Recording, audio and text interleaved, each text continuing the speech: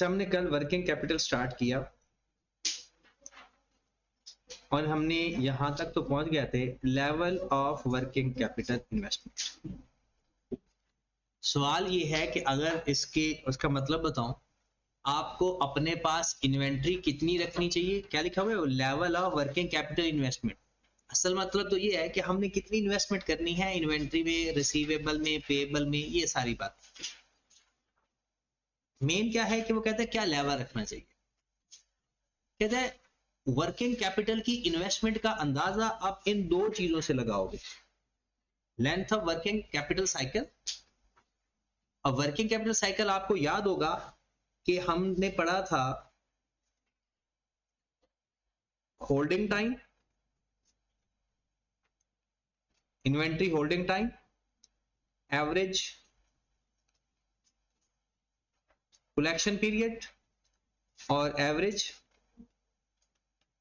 Payment period. ऐसा ही है, याद है ना? ये holding time, inventory holding time, average collection period और एवरेज पेमेंट पीरियड। मिसाल के तौर पर आपके पास ये 30 डेज हैं, ये 20 डेज हैं और ये 40 डेज हैं। मिसाल दे रहा हूं, हमारे पास कितना आंसर आ रहा है? 10 दिन। इसके बारे में पता है कि क्या मतलब है 10 दिन का? इन 10 दिनों का मतलब ये होता है कि आपको पेमेंट करने के लिए 10 दिनों के लिए पैसे चाहिए। आपको 10 दिनों के लिए पैसों की जरूरत है। 10 दिनों के लिए पैसों की जरूरत है। किस लिए जरूरत है? वर्किंग कैपिटल इन्वेस्टमेंट के लिए। अब इसका पता कैसे चला? देखें, आपने कोई इन्वेंट्री खरीदी, आप ये पुराना आपका रिकॉर्ड है, रेशियो एनालिसिस से आपने निकाला। आपने कहा कि एवरेज कोई भी आपकी इन्वेंट्री है वो 30 दिन के बाद बिकती है। हाँ, कभी 35 दिन, कभी 25 दिन, कभी 28, 32 ऐसा हो जाता है। आप कोई एक चीज खरीदते हो, वो कितने दिन बाद बिकती है? 30 दिन बाद। 30 दिन बाद बिकती है, इसका मतलब है मैंने आज चीज खरीदी, 30 दिन के बाद बिकेगी। अब 30 दिन के बाद भी उधार पे बिकेगी। इसका मतलब है आज जो मैं इन्वेंट्री खरीदूंगा उसके पैसे मुझे कब मिलेंगे? 50 दिन बाद। आज जो मैं इन्वेंट्री खरीदूंगा मुझे 50 दिन बाद पैसे मिलेंगे। अच्छा, मैंने क्रेडिटर से पूछा कि अच्छा यार आप मुझे उधार दोगे? वो कहता है मैं 40 दिन की उधार दे सकता हूं। आज मैंने सप्लायर से चीज खरीदी, उसको कब पैसे देने हैं? 40 दिन बाद। मुझे पैसे कब आएंगे? 50 दिन बाद। इसका मतलब है मुझे वर्किंग कैपिटल के लिए 10 दिन के लिए पैसे की अरेंजमेंट करनी पड़ेगी। आफ्टर 40 डेज मैं बैंक के पास जाऊं या किसी के पास जाऊं, जैसे भी मैं पैसों का अरेंज करूं और उनको वादा करूं कि 10 दिन बाद मेरे पैसे आ जाएंगे, मैं आपको दे दूंगा। तो ये है, आपको इसे बोलते हैं, अगर ये रुपीज होते, अगर ये अमाउंट रुपीज होती तो इसका मतलब है इतना फाइनेंस रिक्वायर्ड है। ये दिन है तो इतने दिनों के लिए रिक्वायर्ड है। अगर सपोज यहां पर मैं लिख दूं ना मेरे एवरेज डेटर्स, सपोज है 3000 है, यहां पर लिख दूं एवरेज इन्वेंट्री, सपोज है 7000 है, एवरेज क्रेडिटर सपोज है 4000 है, मेरा आंसर आ जाएगा। और ये किस फॉर्म में है? इसका मतलब है आपको फाइनेंस रिक्वायर्ड है फॉर वर्किंग कैपिटल इन्वेस्टमेंट। इसका मतलब क्या था? 10 दिनों के लिए फाइनेंस रिक्वायर्ड है और इसका मतलब क्या है? 6000 रिक्वायर्ड है। अब इसके बारे में बात देखें, आपको पैसा चाहिए 7000 रुपए की इन्वेंट्री खरीद कर रखने के। क्लोजिंग इन्वेंट्री होती है ना ये। क्लोजिंग स्टॉक के लिए आपको कितना पैसा चाहिए कि कहीं स्टॉक आउट ना हो जाए? 7000 रुपए चाहिए। अब 3000 रुपए का स्टॉक चाहिए उधार पे बेचने के लिए भी, तो टोटल कितना स्टॉक चाहिए? 10,000। 10,000 का आप स्टॉक खरीदेंगे, 7,000 का अपने पास रखेंगे, 3,000 का उधार पे बेच देंगे, तो टोटल आपको कितना पैसा चाहिए? 10,000 रुपए। क्रेडिटर ने कहा कि अच्छा मैं आपको 4,000 रुपए की उधार दे दूंगा। 4,000 चलो क्रेडिटर से हमें मिल गई उधार, बाकी हमें तो 10,000 चाहिए ना इन्वेस्टमेंट के लिए, इन्वेंट्री खरीद कर 7,000 के लिए रखने के लिए भी और 3,000 का उधार पे बेचने के लिए भी। और 4,000 क्रेडिटर मान गया कि ठीक है भाई इस लिमिट तक मैं आपको कर्ज दे दूंगा, कर्ज नहीं चीजें दे दूंगा, पैसे आप 40 दिन बाद दे देना। इसका मतलब है 6,000 स्टिल हमें चाहिए। अगर क्रेडिटर ही 6,000 का पैसा 10,000 की दे देता ना, तो हमें बाहर से कोई पैसा, तो पेपर में 2 सवाल आते हैं, कितने दिनों के लिए फाइनेंस चाहिए वर्किंग कैपिटल के लिए, कितना फाइनेंस चाहिए वर्किंग कैपिटल के लिए। ये बात समझ लगी? अब आगे चलते हैं। अब हमने जो उसने कहा कि भाई जो आपने लेवल ऑफ इन्वेंट्री अपने पास रखना है ना, वो एक तो length of working capital cycle, ये सिर्फ वर्किंग कैपिटल साइकिल डेज नहीं है, ये अमाउंट भी है, कितना पैसा चाहिए कितने दिनों के लिए चाहिए, ये चीज भी मैटर करती है। और दूसरा आपका अपना बिहेवियर भी मैटर करता है, एटीट्यूड ऑफ द मैनेजमेंट, कि वो कितना रिस्क ले सकती है। अब वो कहते हैं कि आपके यहां पर कि length of working capital cycle उसने ये बता दी, वही बातें सारी जो आपने अगर आप पढ़ी भी होंगी तो आपको पता चल गया होगा, कल भी हमने देखा था। मेन देखना है मैनेजमेंट एटीट्यूड टू रिस्क। अगर एक मैनेजमेंट है वो हाई रिस्क लेने के लिए तैयार है, उसको कौन सा एटीट्यूड अपनाना चाहिए? एग्रेसिव। उसको अपने पास जो वर्किंग कैपिटल इन्वेस्टमेंट है वो मिनिमम रखने चाहिए, कम दिनों का स्टॉक अपने पास रखे, ज्यादा इन्वेस्टमेंट भी उसमें ना करे। कहता है इसके अंदर होता क्या है, low finished goods inventory will run the risk the customer will not be supplied and will instead buy from other supplier. अच्छा यहां पर जो लिखा हुआ है कहता है कि वो अपना लो लेवल ऑफ स्टॉक रखता है, तो इसमें प्रॉब्लम हो सकती है कि उसका स्टॉक खत्म हो जाए। दूसरा, लो रॉ मटेरियल इन्वेंट्री में lead stock out, cost idle and expensive, tight credit control में alienate customers and taking long periods of credit from supplier may run the risk them refusing to supply on credit at all। और एक उसका फायदा लिखा हुआ है कि ये प्रॉफिटेबिलिटी इंक्रीज करता है। दूसरा उसने कहा है जी कंजर्वेटिव, कंजर्वेटिव में क्या है, खुल के इन्वेस्टमेंट करो, उससे क्या होगा, ना आपका स्टॉक आउट होगा, अर्ली पेमेंट सप्लायर को करोगे वो भी खुश होंगे, और आपको स्टॉक आउट होने का भी कोई डर। लेकिन इसमें एक छोटा सा रिस्क है कि इसमें प्रॉफिटेबिलिटी कम होती है। भला क्यों?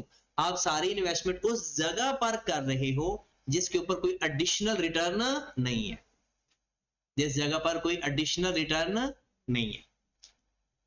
अब आ जाए, ये सिर्फ कॉन्सेप्ट का नाम अगर आपको पता चल गया ना, तो ये सारी वर्डिंग आपको आसान लगेगी। फाइनेंसिंग, वर्किंग कैपिटल के लिए फाइनेंसिंग कहां से अरेंज करें? क्या शॉर्ट टर्म फाइनेंसिंग करें, मतलब बैंक ओवरड्राफ्ट, सप्लायर ढूंढें कि जो उधार पे हम दे दें, या फिर लॉन्ग टर्म फाइनेंसिंग करें, कोई डिबेंचर इशू कर दें, कोई लॉन्ग टर्म बैंक से लोन लें, क्या करें? वर्किंग कैपिटल के लिए आपको फाइनेंसिंग चाहिए, जैसे 6,000 रुपए चाहिए ना, तो कैसे अरेंज करेंगे? कहता है शॉर्ट टर्म करें या लॉन्ग टर्म करें। कहते हैं पहले तो अब ये देखें कि हमारे पास परमानेंट वर्किंग कैपिटल होता है और permanent working capital. Safety stock का नाम सुना हुआ है कि हमने कम से कम इतना स्टॉक अपने पास मेंटेन रखना ही रखना है। हम अपना रिसीवेबल का लेवल इतना लाजमी रखा करेंगे कि कम से कम हम कहते हैं कि जरा 50 लाख तक ये उधार दिया करेंगे। लोग 2-2 करोड़ की उधार दे रहे हैं, तो हम इतना चलो नहीं बेयर कर सकते, रिसीवेबल प्रोविजन का डाउट है, तो बेहतर है कि चलो 50 लाख तक तो हम भी करेंगे। एक लो लेवल ऑफ सप्लायर की भी एक लिमिट सेट करते होते हैं, तो जो हम एक लिमिट सेट कर देते हैं ना कि इतना तो हमने वर्किंग कैपिटल के अंदर इन्वेस्टमेंट करनी ही करनी है, उसे कहते हैं परमानेंट वर्किंग कैपिटल। यह भी फाइनेंसिंग की बात नहीं हो रही, अभी बात हो रही है लेवल ऑफ स्टॉक की। एक होता है fluctuating working capital. Fluctuating working capital, suppose that आपका फ्रूट्स एंड वेजिटेबल्स का बिजनेस है, तो आप मुझे बताओ आजकल आप तरबूज पे कितनी इन्वेस्टमेंट करोगे?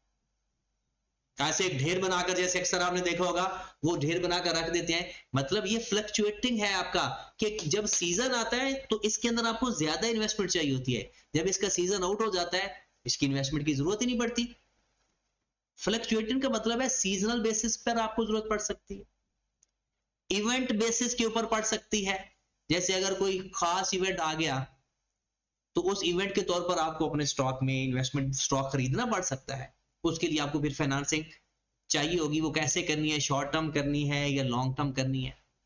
अच्छा, वैसे यहां तक अब जो हम देखें परमानेंट कैपिटल के लिए हमें कौन सी फाइनेंसिंग सही रहेगी और फ्लक्चुएटिंग के लिए कौन सी रहेगी, लॉन्ग टर्म या शॉर्ट टर्म, बस इतना ही बता दो। शॉर्ट टर्म तो होती है ना, क्रेडिट पे वो चीज ले लेना और या फिर बैंक ओवरड्राफ्ट की फैसिलिटी ले लेना, और लॉन्ग टर्म होती है कि लॉन्ग टर्म लोन ले लेना या बड़ी इन्वेस्टमेंट करना। परमानेंट के लिए वो कहता है कि लॉन्ग टर्म है, क्योंकि ये तो आपने लेवल रखना ही रखना है ना। और जो फ्लक्चुएटिंग है ना, क्योंकि ये आपको सीजनल बेसिस पे आप फाइनेंस करोगे, आपके उसी 2-4 महीनों के अंदर वो बिक जाएगा, आप अपने वो पैसे वापस भी पे कर सकते हो। जैसे अभी तरबूज है, क्या ये 2 साल के लिए पड़े रहेंगे? ये जितना भी बड़ा ढेर आपको नजर आता होगा कि तकरीबन वो 20 दिन 15 दिन 1 महीने के अंदर अंदर खत्म हो जाता है। तो जो सीजनल बेसिस इन्वेंट्री है उसके लिए आपको शॉर्ट टर्म फाइनेंसिंग बेहतर है, फ्लक्चुएटिंग। और जो permanent type of working capital है उसके लिए बेहतर क्या है, कौन सी फाइनेंसिंग कर लिया करें, शॉर्ट टर्म। लेकिन प्रॉब्लम ये है अगर एक बंदा सिर्फ शॉर्ट टर्म फाइनेंसिंग करता है, अब देखो ना, अगर आपका फ्रूट का बिजनेस है, जो एप्पल है, ये तो तकरीबन हर सीजन में चलते हैं। जैसे अगर हम वेजिटेबल की बात करें, आलू है, ये तो हर सब्जी का विचोला है कि हर सब्जी के अंदर इस्तेमाल होता है। तो कुछ आपका उस बिजनेस के अंदर कुछ आइटम्स या कुछ चीजें ऐसी होती हैं जो जस्ट लाइक परमानेंट नेचर की होती हैं और कुछ होती है सीजनल नेचर की। तो अगर आपने शॉर्ट टर्म फाइनेंसिंग ले ली सबके लिए फिर भी प्रॉब्लम, और अगर आपने सबके लिए लॉन्ग टर्म फाइनेंसिंग ले ली फिर भी प्रॉब्लम। तो फिर आपको कौन सा काम करना चाहिए, मॉडरेट। कौन सा काम करना चाहिए कि फ्लक्चुएटिंग आइटम्स के लिए आप शॉर्ट टर्म फाइनेंसिंग कर लें और जो परमानेंट नेचर के हैं उनको आप लॉन्ग टर्म करें। ये जो हमारा थ्रेड थ्योरी का लास्ट वो चीज है जो आपने पहले नहीं पढ़ी। बाकी है लिक्विडिटी रेशियो कैसे बढ़ानी है कैसे कम करनी है, करंट रेशियो कैसे बढ़ानी है कैसे कम करनी है, वो एक नजर पढ़ोगे आपको सारी बातें समझ लग जाएंगी। ये खत्म हो गया वर्किंग कैपिटल का हमारा थ्योरेटिकल पोर्शन, कि इसके अंदर आगे कुछ भी नहीं है, सिर्फ एक नजर आपके पढ़ने वाली बातें हैं। अब पढ़ लेते हैं। तो कहते हैं रेफर्स टू, परमानेंट के बाद लिखता है refers to minimum level of working capital which is required all of the time. कहता है ये वो मिनिमम पैसा है जो आपको all of the time required है, कि ये परमानेंट नेचर का है। It includes minimum level of inventory, minimum level of receivable, minimum level of trade pay. Fluctuating में refers to working capital which is required at a certain time। सिर्फ आपने main चीजों को हाईलाइट किया करें। इसमें क्या है, required all the time, इसके लिए क्या है, at a certain time। एक स्पेसिफिक टाइम के लिए आपको पैसा भी चाहिए और वो इन्वेंट्री भी चाहिए। For example it may be economic of companies to purchase raw material in bulk. The finance required to fund the purchase of order will be temporary requirement because eventually the raw material will be made into the product and sold to the consumer। इसलिए raw material की बात की है। मैं कहता हूं मैं उसी तरबूज की तरफ प्यार आ जाता हूं, वाटरमेलन की तरफ। देखें आपको पता, क्योंकि आप सब्जियों का काम करते हो, आपके पास पैसे नहीं है लेकिन आपको पता जी वाटरमेलन का सीजन आया हो, तो आप किसी से थोड़े दिनों के लिए पैसे उधार पे लोगे, एक बल्क में वो चीज खरीद के उसे कहोगे कि यार 20 दिन की बात है मैं आपके पैसे लौटा दूंगा। अब यहां पर वो क्या लिखता है, it may economic companies purchase raw material in bulk finance required to fund the purchase of order will be temporary requirement. Eventually raw material will be made into product sold to the customers. बात clear होगी? The level of fluctuating working capital may be higher if companies have seasonal demand. कहता है जो working capital की demand ज्यादा हो जाती है जैसे सीजन उसका आता है. मैन्युफैक्चरिंग ऑफ ये वो जो स्कैटिंग इक्विपमेंट टाइप होते हैं, build up inventories of product before winter season. ये तो उन्होंने अपनी एग्जांपल दी, हम इतनी बड़ी एग्जांपल नहीं देते, हम छोटी मोटी एग्जांपल से काम चला लेंगे. अब ये बात उसने परमानेंट और फ्लक्चुएटिंग के बारे में बताई. अब हम फंडिंग की तरफ जा रहे हैं. कहता long term finance such as equity and debt is expensive but low risk. जो लॉन्ग टर्म फाइनेंसिंग होती है ना वो कॉस्टली तो होती है लेकिन लो रिस्क का मतलब क्या होता है? हमें अभी जरूरत नहीं कि अभी वापस कर दें, हमें टाइम चाहिए, हमारे पास टाइम है, हम पैसा कमा के वापस करेंगे. जो शॉर्ट टर्म फाइनेंसिंग होती है ना वो हाई रिस्क होती है, लो कॉस्ट होती है, बट क्योंकि हमने जल्दी पैसे वापस करने होते हैं. और अगर जल्दी पैसे हमारे रेंज ही ना हुए, जैसे आपने तरबूज थोड़े, ये तरबूज के साथ एक दफा मसला हो गया था कि रमजान के सीजन में तरबूज का सीजन आ गया. अब आपको पता है कि हम मुसलमान, पक्के मुसलमान हैं, हम तो जब तक समोसे पकोड़े और ये चीजें ना हो अफ्तारी के अंदर तो अफ्तारी का मजा ही नहीं आता. तो वो जो तरबूज का सीजन है वो खराब हो गया था क्योंकि हमारा थोड़ा सा, क्योंकि हमारा बेसिकली काम ही यही था मेरे वाले साहब का कि हमारा ग्रोसरी स्टोर था, तो उसमें हमारा ये फ्रूट्स एंड वेजिटेबल्स का भी साथ ही काम था. तो ये चीजें के बारे में बड़ा इंटरेस्ट भी था. तो अभी भी जब ढेर वगैरह पड़े होते हैं तो हमें तो ऐसे अपने वाली फीलिंग आ रही होती है कि जैसे हमारे पास भी इस तरह का सिस्टम होता था. तो जब ये आया तो छोटे भाई साहब ये कह रहे हूँ कि यार ये इस दफा ना तरबूज का सीजन ना लोगों का खराब हो जा रहा है. तो मैंने कहा वो क्यों? वो तब रमजान के अंदर ये तरबूज का सीजन भी है. आजकल तो माशाल्लाह वैसे ही चल, ये तो बेस्ट सीजन पे आया. अभी भी लोग इस्तेमाल करना भी चाहिए क्योंकि महंगा भी नहीं है इतना कि अगर आप एक तरबूज घर लेकर जाओ 250-300 रुपए का मिलेगा और मेरे ख्याल में पूरी फैमिली गुजारा कर लेगी. हमारी जो घर में कंजम्पशन है ना वो माशाल्लाह 2 तरबूज पर डे है कि वो सारे फैमिली शौक से खाती हैं. और यानी सीजनल फ्रूट सारी जो भी हो सारे शौक से खाते हैं. तो इस वजह से कि और सीजनल फ्रूट एक सस्ता भी होता है और बेनिफिशियल भी होता है. मैं कहता हूँ ये जो फजूल चीजें हैं पिज्जा और ये वो खाने पीने की बजाय ये चीजें इस्तेमाल करनी चाहिए क्योंकि सेहत भी है और टेस्ट भी है. तो कहता है कि जनाब short term financing is less expensive but there is a high risk. क्यों भला? Of it being withdrawn. आपको वापस जल्दी पैसे करने पड़ते हैं. अब आ जाते हैं पॉलिसीज.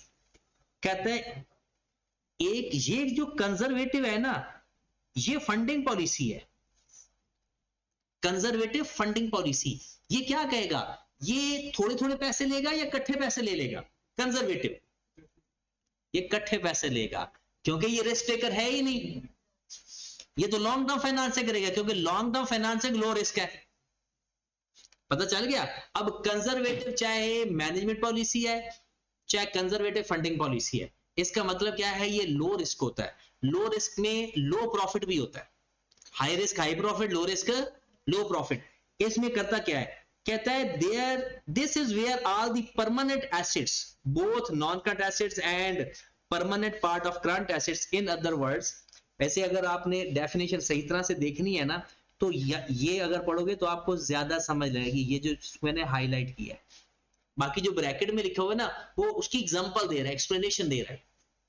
पहले ये पढ़े, this is where all of the permanent assets financed by long term financing as well as part of the fluctuating current asset. ये उनकी ऊपर वालों की बात कर रहा है, परमानेंट की और फ्लक्चुएटिंग की. कहते हैं इस टाइप ऑफ फंडिंग के अंदर आप सारी फाइनेंसिंग कहां से करते हो? लॉन्ग टर्म फाइनेंसिंग के साथ. अब ये बाकी दरमियान वाला ब्रैकेट वाला उसने समझाया है.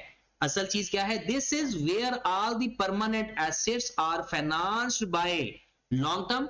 परमानेंट मतलब ऊपर वाला, as well as part of fluctuating current assets. कहता आपने सारी फाइनेंसिंग किससे कर रहे हो? लॉन्ग टर्म फाइनेंसिंग से, क्योंकि ये लो रिस्क होती है और कंजर्वेटिव बंदा रिस्क टेकर नहीं, एग्रेसिव। आगे इसमें short term financing is only used for the part of fluctuating current asset. चाहिए एमसीक्यूज हैं आप लोगों की।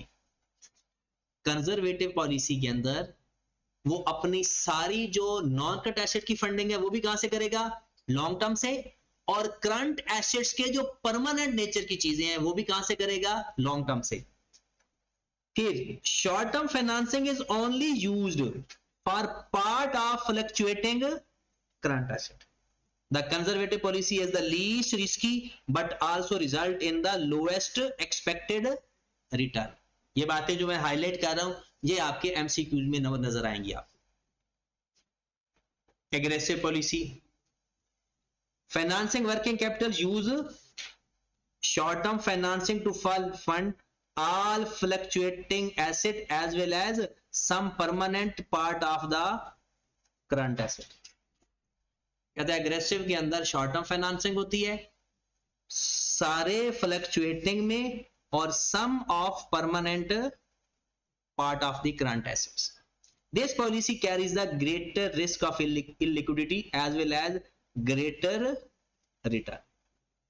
अगर दोबारा इसको दोबारा जाकर मैच करें, क्योंकि ये थोड़ा वर्डिंग में आप लोग परेशान हो सकते हो और कुछ बंदे तो नींद की हालत में जा रहे हैं, तो इसलिए दोबारा बता रहा हूं।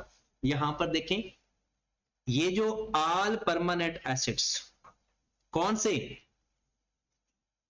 As well as part of fluctuating current assets. जो लॉन्ग टर्म एसेट्स हैं वो तो सारे के सारे वो करता ही लॉन्ग टर्म एसेट्स है ना कंजर्वेटिव में, और as well as part of the fluctuating current asset. और यहां पर देखें ऑल फ्लक्चुएटिंग करंट एसेट्स, यहां पर देखें part of fluctuating current asset. वहां पर वो कहता है लॉन्ग टर्म फाइनेंसिंग करता है सारे परमानेंट एसेट्स के लिए लॉन्ग टर्म कंजर्वेटिव के अंदर, और करंट एसेट्स का भी जो फ्लक्चुएटिंग पार्ट है वो भी लॉन्ग टर्म के साथ कर देता है। और short term financing only used for part of fluctuating current asset. और यहां पर short term financing fund all the fluctuating as well as some of the permanent part of the current assets। Difference पता चल गया। उसके बाद ये high risky होता है और हाई रिटर्न होता है, मॉडरेट। अच्छा ये ना बुक मुझे लगता है कि यहां से ना आगे कुछ और काम शुरू हो रहा है।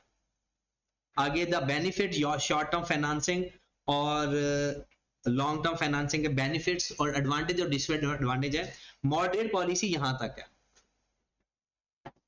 मॉडरेट में क्या होगा जवाब? कंजर्वेटिव में क्या था?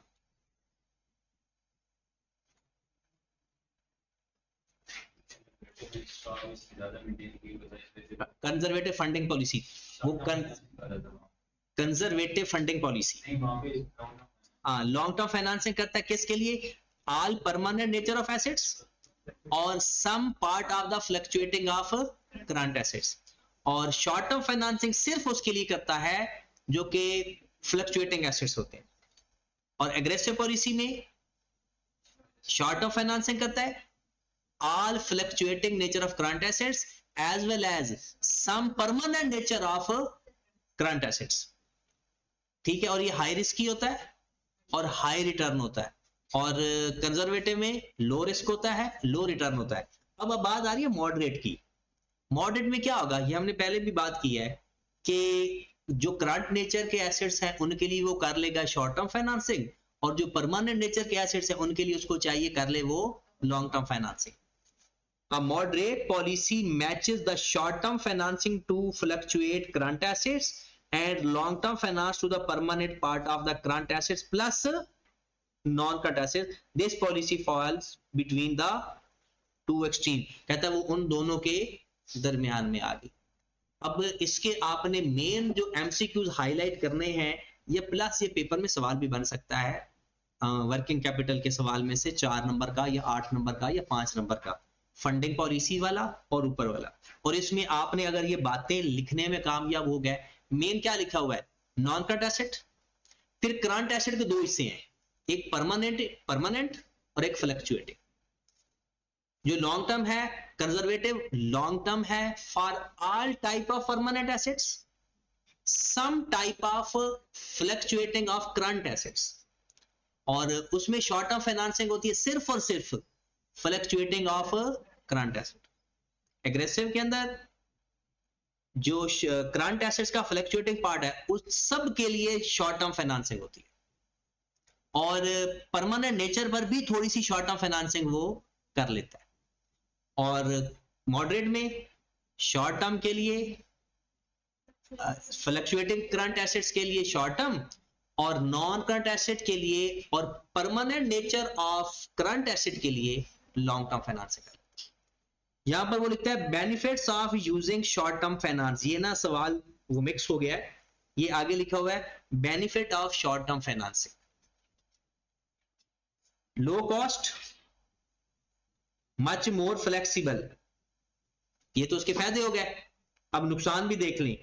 वो कहता है short term finance runs out more quickly, और bank overdraft facility is risky. किस वजह से रिस्की होता है? क्योंकि आपको बैंक ओवरड्राफ्ट के बारे में पढ़ा था ना कि ये एट डिमांड भी वापस हो सकता है।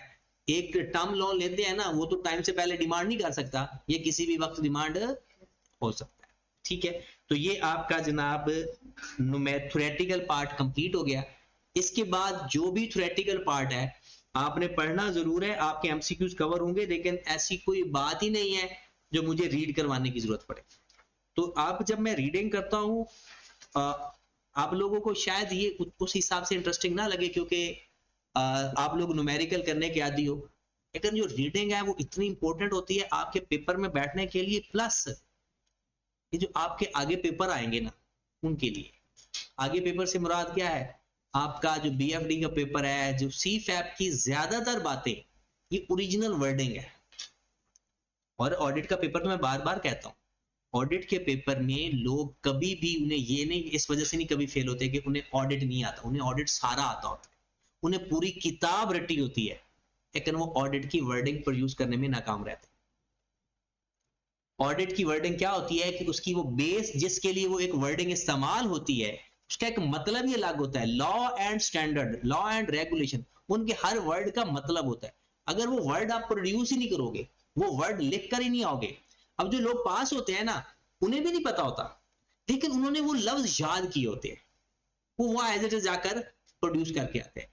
सबसे ज्यादा ऑडिट में भला कौन मार खाता है? जो कॉन्सेप्चुअल पढ़ता है, क्योंकि वो अपनी अंग्रेजी में लिखकर आ जाता है, वो जर्नल फॉर्म में लिखकर आ जाता है।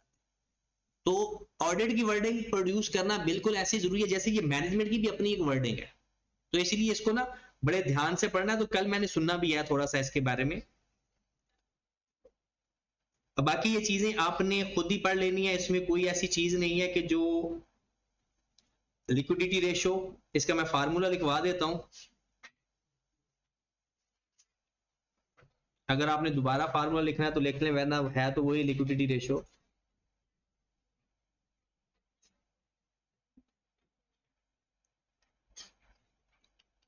ताजा ताजा जिसका FR1 पास हुआ है उनसे पूछा जा सकता है। लिक्विडिटी रेशियो में एक आता है करंट रेशियो, और एक आता है एसिड टेस्ट रेशियो, या इसका दूसरा नाम क्या होता है? Quick ratio.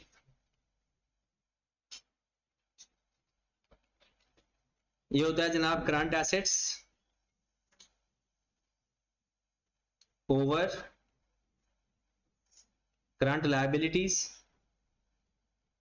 और ये क्या होता है? Current assets minus stock over.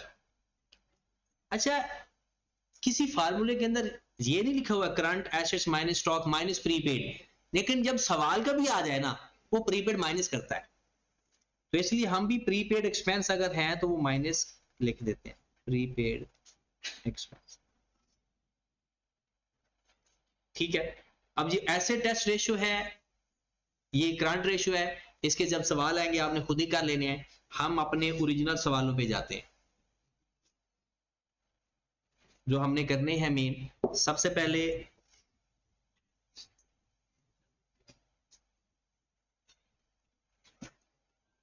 Working capital cycle,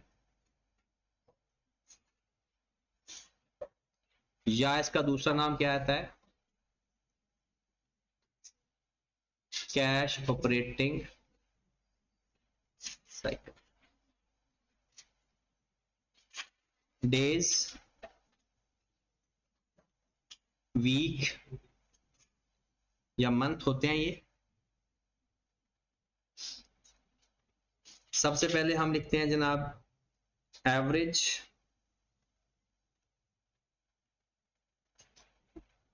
inventory holding time.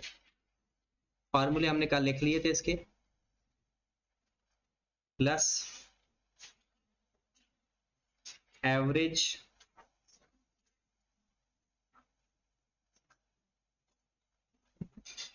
Debtors collection time, minus कर देंगे एवरेज क्रेडिटर्स पेमेंट टाइम।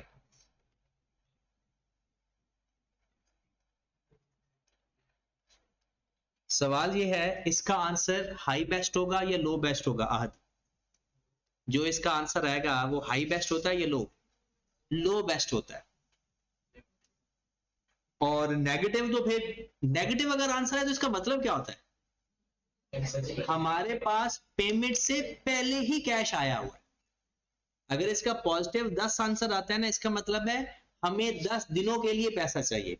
अगर नेगेटिव 10 आता है तो इसका मतलब है हमारे पास पैसा आ गया है, पे 10 दिन बाद करना है। और फिर उस 10 दिन के लिए क्या करेंगे, उसको कहीं शॉर्ट टर्म इन्वेस्टमेंट करेंगे उस जगह पर जहां पर हमें यह पता चले कि 10 दिन बाद पैसा आ जाए। और वैसे ना अभी जैसे ही आप इंशाल्लाह बन जाओगे चार्टर्ड अकाउंटेंट तो आपके पास पैसे पूसे आ जाएंगे। अभी तो आपसे कोई सलाम नहीं लेता, बाद में आपको फोन आया करेंगे, अच्छा यार इतने थोड़े से पैसे चाहिए थे, ऐसा वैसा। एक मैं आपको नसीहत करूंगा कि पैसे जिसको देने हैं ना, जान पहचान वाले को थोड़े से पैसे दो और उसकी हेल्प के तौर पर दो, वापस लेने के लिए मत दो। अगर आपने वापस देने के लिए पैसे दिए ना तो आपका रिलेशन भी गया, मतलब वापस उसने देने ही नहीं ना, और रिलेशन भी खत्म हो जाएगा। और दूसरा, आपको जो ये कहेगा ना कि अच्छा यार मुझे 10 लाख रुपया दे दे, मैं आपको हर महीने कोई 2-2 लाख रुपया वापस करूंगा, जब ऐसी बात कोई कहे ना तो उससे भी दूर भाग जाओ। उस वक्त बड़ा अट्रैक्टिव लग रहा होता है। और ये तो देखे ना, आपके तो दोस्त कुछ इस तरह के हरकतें करते हैं। मेरे तो स्टूडेंट मुझे कह रहे होते हैं कि सर, एक दफा मेरा स्टूडेंट ही मुझे कहने लग गया कि सर आप ना, मैं आपको 30% रिटर्न दूंगा। आप इमेजिन करें, अब वो मुझे कहना क्या चाह रहा है कि सर आप मुझे 10 लाख रुपया दे दें, मैं आपको 30% रिटर्न दूंगा। इसका मतलब ये है कि वो मुझे 3 सालों के अंदर या 3 सालों के अंदर वो मुझे 10 लाख रिटर्न देगा और 10 लाख एक्स्ट्रा भी देगा। इन्हें का यार पाकिस्तान के अंदर इतने अच्छे बैंक हैं, वो 30% रिटर्न नहीं दे रहे, तू कहां से दे रहा है? लेकिन उसने मुझे कहा अल्टीमेटली स्टूडेंट पे भरोसा ज्यादा होता है कि टीचर ये समझ रहा होता है कि स्टूडेंट कभी धोखा नहीं देता टीचर। ये एक है रिलेशन, ये अभी भी ऐसा है। 99% स्टूडेंट कभी टीचर को धोखा नहीं देता और ना ही टीचर शायद स्टूडेंट को देता होगा, ये नहीं इस लेन देन के मामले में। अब मैं रिटर्न के मामले में नहीं, उसने मुझे कहा कि अच्छा चलो आपने मुझे वैसे पैसे दे, तो मैंने सोचा था चलो ठीक है थोड़े से पैसे दे देता हूं, उसका काम हो जाएगा। उसने पहले बड़ी कहानियां सुनाई, मेरा इधर से पैसे आता है, इधर चला जाता है, इधर पेमेंट आती है, इधर, मैंने करोड़ों में उसने बताया मुझे। तो ये तो अल्लाह ताला की तरफ से हुआ कि फरहान साहब की मुझे कॉल आ गई, तो मुझे कहते हैं कि यार वो बंदा आपके पास आया था। मैंने कहा हाँ जी। कहते यार उसको पैसे नहीं देने, उसके मेरे पूछने या बताने से पहले ही उसने मुझे कह दिया कि यार उनको पैसे नहीं देने। तो ये चीजें होती हैं जब लालच पड़ जाता है ना पैसा कमाने का, तो फिर बंदा कहता है कि सबसे ज्यादा उसको ही पकड़ो जो आप पर सबसे ज्यादा एतमाद करता है, क्योंकि सबसे ज्यादा वही पहले धोखा खाएगा। हाँ जी। अच्छा, अब ये हम इसके बारे में आपको पता तो है कि इसका मतलब क्या बनता है, एवरेज होल्डिंग टाइम का, कलेक्शन टाइम का, और ये आपको फाइंड करना भी आता है। लेकिन पेपर में कुछ डिफरेंट क्वेश्चन आते हैं। कैसे? कुछ में एक सवाल देख लें। पहले एवरेज कलेक्शन टाइम का फार्मूला लिखें। एवरेज कलेक्शन टाइम, कौन बताएगा एवरेज कलेक्शन टाइम का? लाइबा, आप बताएं। Average debtors divided by net credit sales multiplied by, अभी डेज में ही कर लेते हैं, ठीक है। अब पेपर में अगर आपको सवाल आ जाए कि जनाब आपके पास एवरेज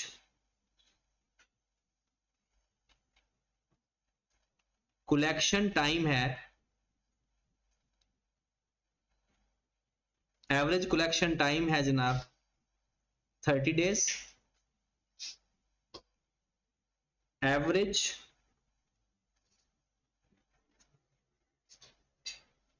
पेमेंट टाइम है आपके पास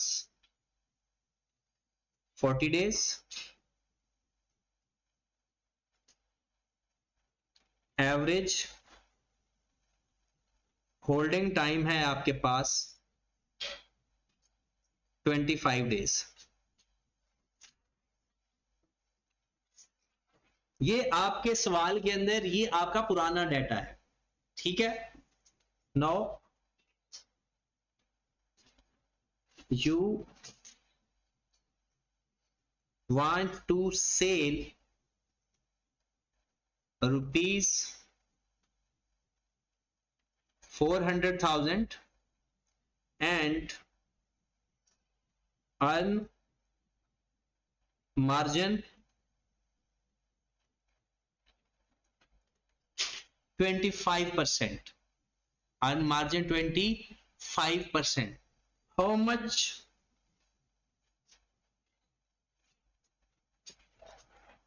finance required in working capital? In working capital if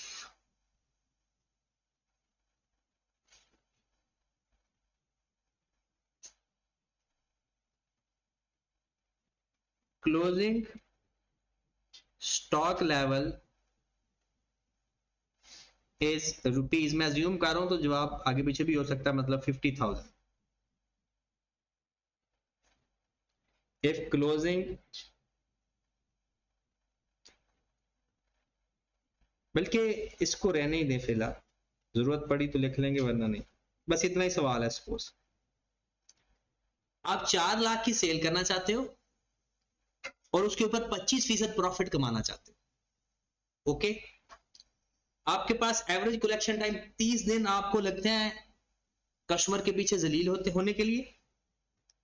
payment करने के लिए आप अपना फोन 40 दिन के लिए बंद रखते हो, और होल्डिंग टाइम इन्वेंट्री लेकर दुआएं करने के लिए टाइम कितना होता है? 25 दिन। जब स्टॉक खरीदता है तो फिर दुआई करते हैं कि बिक जाए। हाँ जी, तो बताओ आपको वर्किंग कैपिटल इस सिचुएशन में 4 लाख की सेल करनी है, ऊपर डाटा आपका अपने बिजनेस का है, आपको कितना पैसा चाहिए वर्किंग कैपिटल की इन्वेस्टमेंट, मतलब 4 लाख की सेल करने के लिए? सबसे पहले आप लिखेंगे average debtors plus average stock minus यानी एवरेज क्रेडिटर्स। तो जो हमारा आंसर आएगा वो हमें चाहिए होगा, इतना फाइनेंस हमें चाहिए। अब किस तरह से? सबसे पहले हम एवरेज डेटर्स फाइंड करेंगे। एवरेज डेटर्स किस तरह से? एक फार्मूला बना लें, एक फार्मूला बना लेते हैं, फिर वो इस्तेमाल कर लिया करेंगे। और जरा यहां पर देखते हैं, मेरे पास एवरेज कलेक्शन टाइम गिवन है, सेल्स गिवन है, 365 भी है, तो क्या मेरे पास एवरेज डेटर्स आ सकते हैं? तो डायरेक्ट एवरेज डेटर का फार्मूला बन रहा है किसी ना किसी तरीके से, भला कैसे? ये जो नेट क्रेडिट सेल्स है, अगर मैं इधर जाकर मल्टीप्लाई कर दूं और 365 पे जाकर डिवाइड कर दूं, तो मेरे पास जो रिजल्ट आएगा वो एवरेज डेटर्स आ जाएगा। क्या आ जाएगा? एवरेज डेटर्स आ जाएगा। तो मैं आपको आंसर बताने लगा हूं डायरेक्ट एवरेज डेटर फाइंड करने का फार्मूला। वैसे तो आपने खुद ही बना लेना है, बस मैं कहता हूं कि मैं ही बना के दे दूं। Average debtors is equal to net credit sales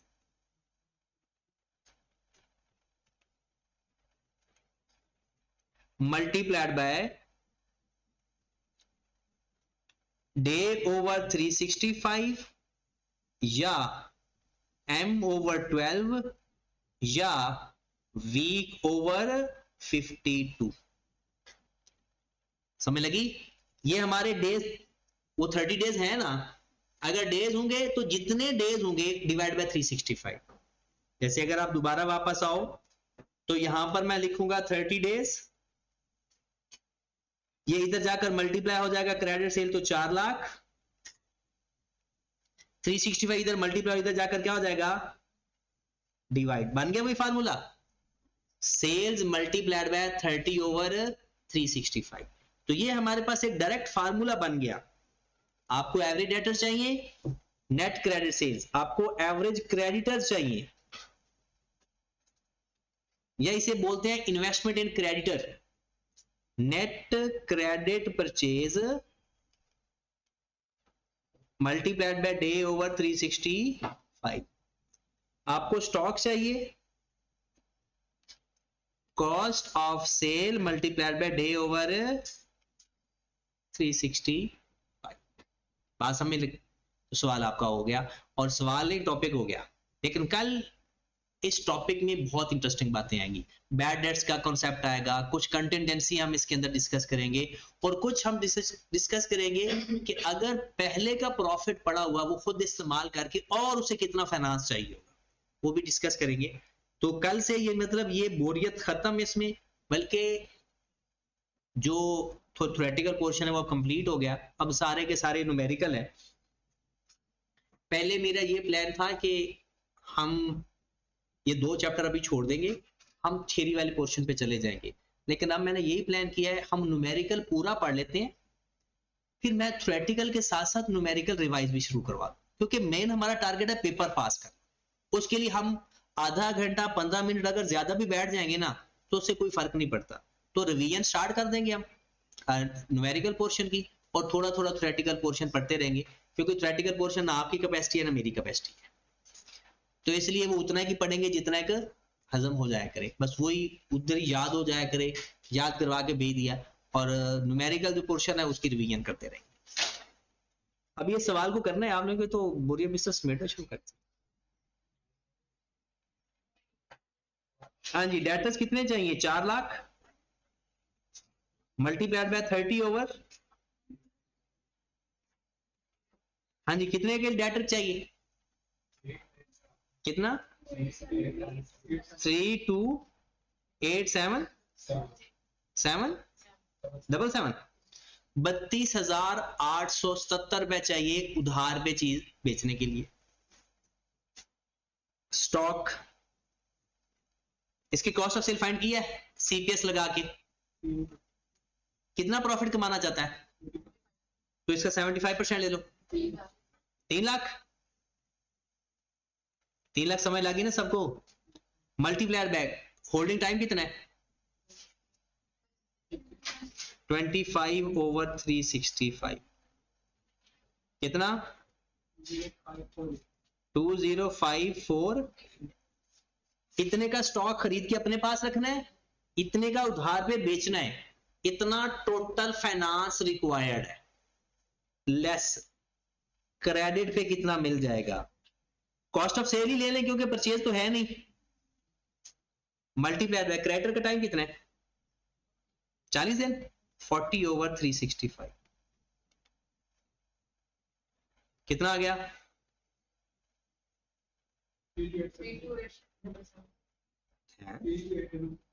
3 to आज 30 ओवर 360, अच्छा ये 300 है, 328